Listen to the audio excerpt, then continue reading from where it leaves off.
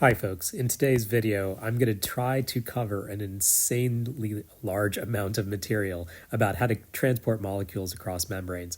In advance, I should apologize for my COVID voice and the fact that I don't have a good microphone here at home, so bear with me as I try to get through this.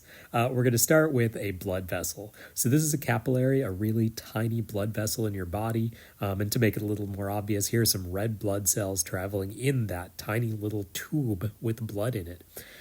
So these cells along the sides are known as endothelial cells, and obviously we have fluid that is moving. Now what I'm going to focus on, though, are the little green dots, which are supposed to represent glucose.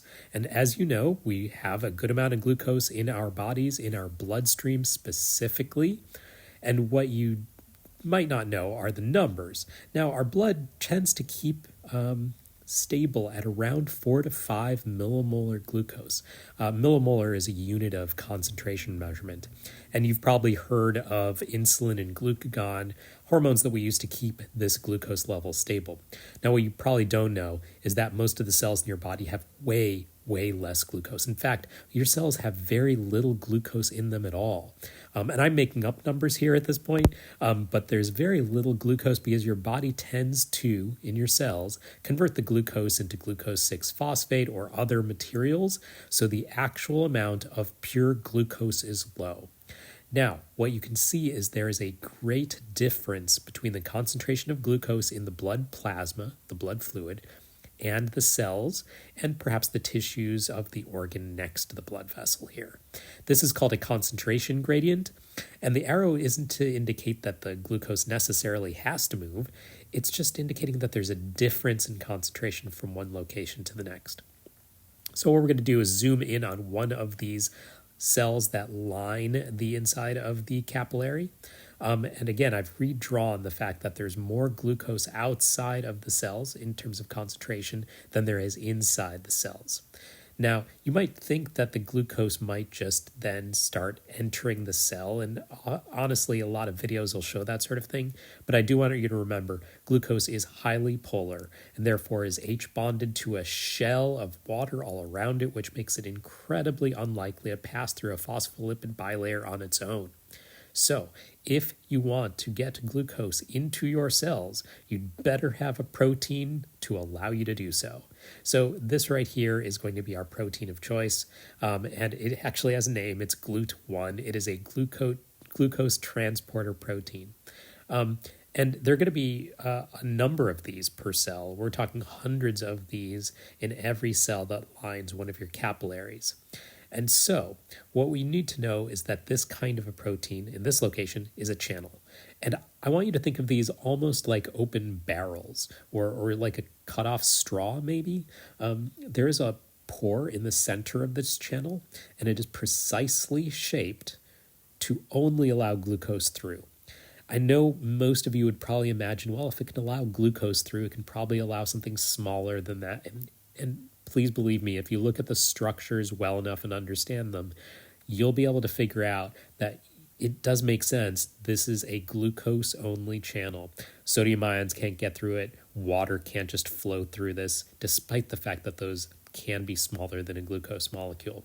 So again, this is a glucose-specific channel. Glucose and only glucose may pass through it. Now, why does the glucose go through the channel? Well, all of these molecules are randomly moving around. I think you've heard the term diffusion before. It's just the random movement of molecules by heat energy, thermal energy. Now, in bad videos, they usually show this not using diffusion. They usually show all the green dots just swimming towards the channel, and they all get sucked into the channel in some sort of completely non-scientific way. But they're all actually moving randomly. But if you look at the number of green dots, glucose molecules outside, and the number inside that cell, you'll note that there's a much higher likelihood that one enters the cell through these channels on the top than it is for one to leave. Now, there are different ways we can talk about this. One way of talking about this type of transport is to call it passive transport.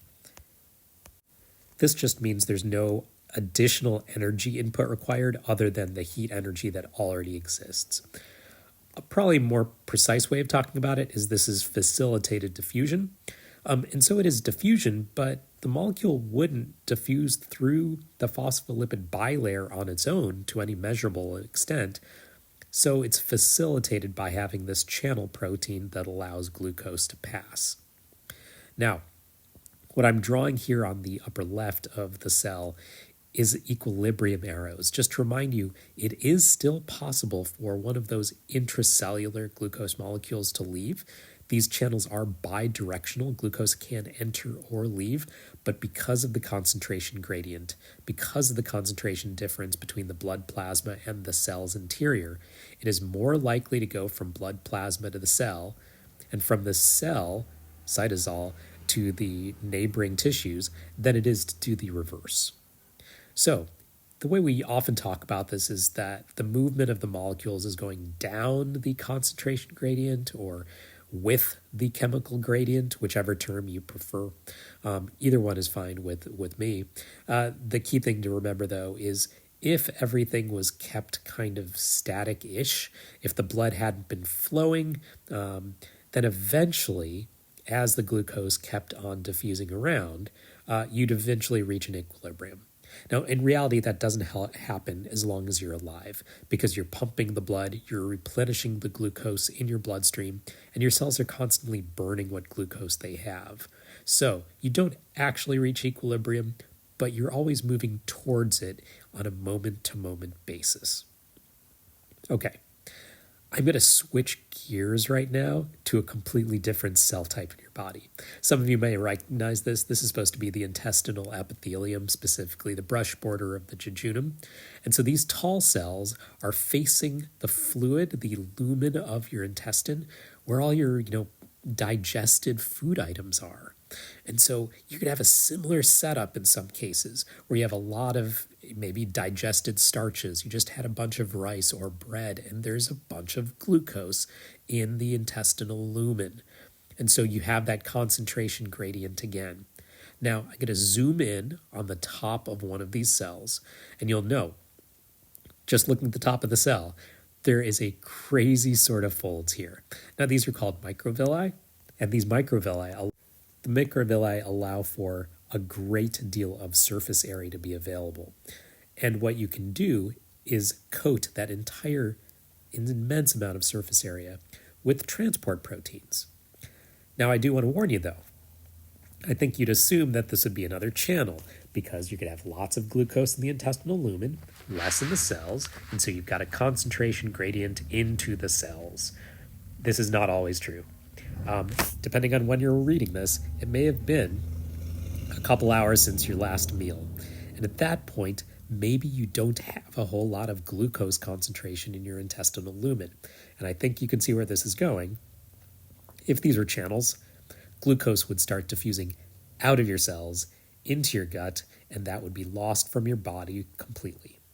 So, you cannot use a channel for this particular location. Instead, we're going to have something that has the ability to move molecules against the concentration gradient at some points, a unidirectional mover. And this is going to be called active transport. This is going to require energy input in order to push the molecule in a way that diffusion might not make the molecule go. So, the type of proteins we're going to focus on are pumps. Pumps are versions of transport proteins that burn ATP, that use ATP in order to achieve shape changes that move molecules in one direction and one direction only. Now, to pause very briefly, I did lie to you just briefly here. This transporter here is the sodium glucose cotransporter, and it is neither a channel or a pump. But the general idea here is the same. You need some sort of active transport to overcome the concentration gradient. Okay, we're going to move on to a third topic here. And that I'm going to use as an example, the red blood cell here. And so the topic that we're going to cover next is the idea of osmosis, which is just diffusion of water. It really is just water diffusion across a membrane. Now, there are, you don't have pumps for water in your cells, but some cell types will actually have channels for water to allow water to pass through the membrane more efficiently. Now, water is small enough, despite being polar, it is small enough to pass through a phospholipid bilayer to some slow extent. But if you want a faster movement possibility, you're going to need water channels. And those water channels are called aquaporins, as you can see I've written there. Okay, so the next thing you need to know is that we have measurements for the amount of solute in any fluid, whether it's cytosol, blood plasma, whatever. And so I'm going to give you those numbers to not memorize, but just to see an example of. So blood plasma, on average, has a total concentration of proteins, free amino acids, glucose, ions, vitamins, all of those things combined, if you add up all of their molarities, a total of 280 milliosmol per liter. That's the unit that you do not have to really understand. And if you go to a red blood cell and you count up and measure the total concentration of its proteins and sugars and fats and everything within the cytosol of those cells, it's exactly the same. Now, there's a term for that. If there is an equivalent amount of solute concentration on the interior and the exterior, the system is called isotonic. The cell's interior is isotonic to the extracellular fluid. The blood plasma is isotonic to the cytosol. So they are effectively in water equilibrium, which is why I drew those equilibrium arrows there. They're in isotonic is just another term for no osmosis, water equilibrium. Water molecules are moving, but in equivalent amounts in each direction. Okay, let's mix this up though. Let's say that your blood is a little bit off, meaning it doesn't have as much solute content.